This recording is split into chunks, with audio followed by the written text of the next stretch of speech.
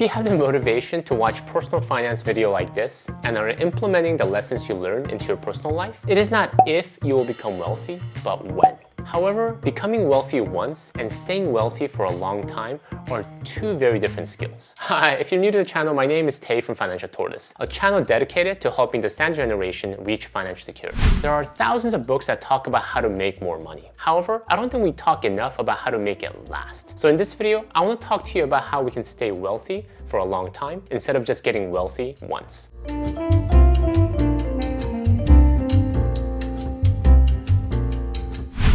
We often blend together people who get rich by making money and those who continue to stay rich by making it last. And we believe that the skills that allow someone to become wealthy will allow them to continue being wealthy. However, these are two distinct set of skills. Making money oftentimes requires taking risks, being optimistic about the future, and having the courage to put yourself out there. Interestingly, keeping that money last requires a completely opposite set of skills. It requires a level of fear and paranoia, opposite of risk-taking and optimism. Recognizing that you can lose your wealth quickly if you aren't careful.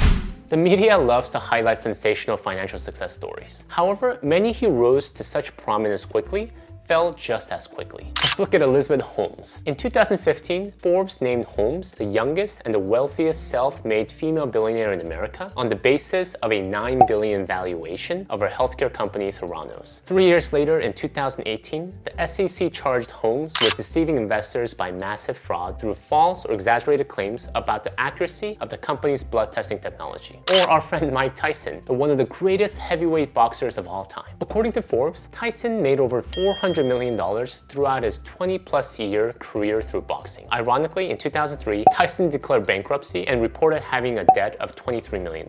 He spent all his money carelessly on luxury items like cars, houses, and jewelry. He went even far as purchasing Siberian tigers to keep as his house pets. Ignoring Holmes and Tyson's ethical standards, we have to admit that they were risk takers. That's what allowed them to reach the height of their career and financial peaks. However, they did not have the skills to hold on to that wealth. Let's talk about who did have such skills. There are literally hundreds of books that dive into Warren Buffett's investing strategies, how he selects the best companies to invest in, how he looks at the stock market, how he made smart investment decisions. However, what we overlook often is what he didn't do in all his investing years. One of Warren Buffett's famous quote is, rule number 1, never lose money. Rule number 2, never forget rule number 1. Warren Buffett did take his share of risk in his life. That is how he made his money. However, he also balanced that with a level of fear and paranoia by being careful. And you can see it in his 70-plus years of investing history. He didn't over-leverage himself with debt. He didn't invest in businesses he didn't understand. He didn't panic and sell when the market was down. He stayed invested through all the recessions he experienced in his lifetime, and this allowed him to stay in the game long enough for the compounding to do its magic. Like I mentioned in the beginning of this video, if you have the motivation to watch this video and are learning how to best manage your finances, it is not if you will become wealthy, but when. However, if you want to win in the long game, you must learn to make it last so that you can just stay wealthy, not just be wealthy once in your life. So what can you do? Let me share with you a few tips. But first, if you're enjoying this video and you want to learn more about personal finance and navigating life as a standard generation, I would appreciate it if you could subscribe and hit the like button because that would really help out the channel.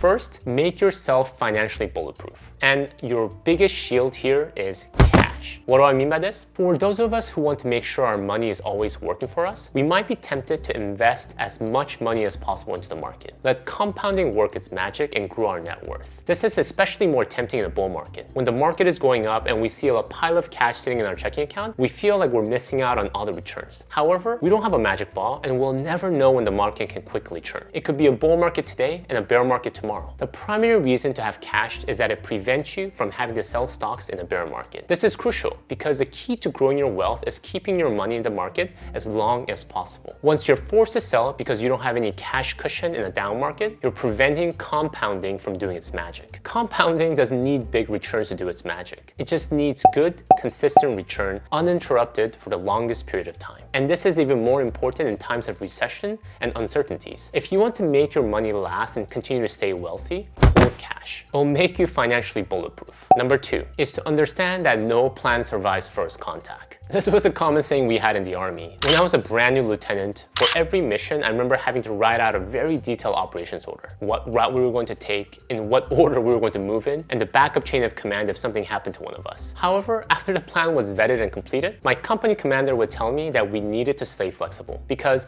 despite how detailed and well thought out a plan may be, no plan ever survives first contact. I'm not saying that you shouldn't have a plan because planning is crucial to making us think through all the different variables and factors that we can face in a situation. However, we must also be pragmatic, recognizing that no one really knows what the future holds. So as we plan, we should incorporate a room for error and unknowns. When it comes to investing in personal finance, people get too hung up on specific details. If I get 8.77% return on my investment for the next 4.2 years and the inflation remains at 1.66%, I'll be able to make $34,528 and we can use that as a 14.6% down payment for the house that we want. We had a term for this in finance called false precision. Finance people love precise numbers, but when numerical data are presented with specific numbers, it can convey a more precise picture than reality. The thing is, none of us have a magic ball, and if our financial plans have no cushion and no room for error, the more fragile our financial life becomes. A good plan allows for a margin of safety. Plan for your financial future, but always have in the back of your mind that things will change and the future will turn out differently than what we planned. However, that is okay because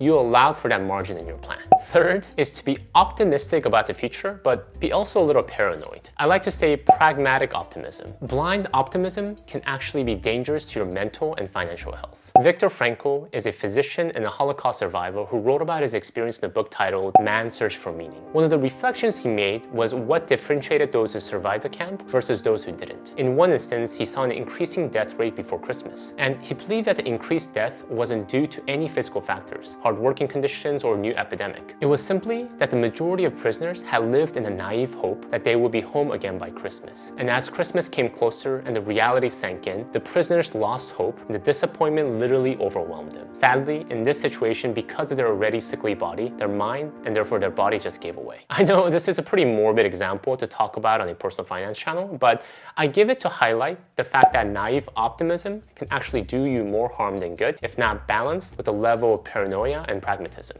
Be optimistic about the future. As regards to the market, it's fair to be optimistic about the long-term growth trajectory of the market to be up and to the right. But know that the future will hold its fair share of misery and hardship. And if for some reason a tragic event destroys the long-term growth of the market, I think we'll have bigger things to worry about than our investments. Practice pragmatic optimism. Let me know what you think about some of these tips. If you have more to add, please add to the comments below. I'd love to hear about them. Thank you guys for watching. If you found value from this video, please hit the like button, leave a comment, and subscribe to the channel so that you don't miss out on any of my other upcoming videos. I firmly believe that being part of the Sandwich generation doesn't have to mean financial stress. With careful planning and preparation, we can thrive during this stage of life. Help me spread the knowledge. Thank you again. I'll see you in my next video. We'll be right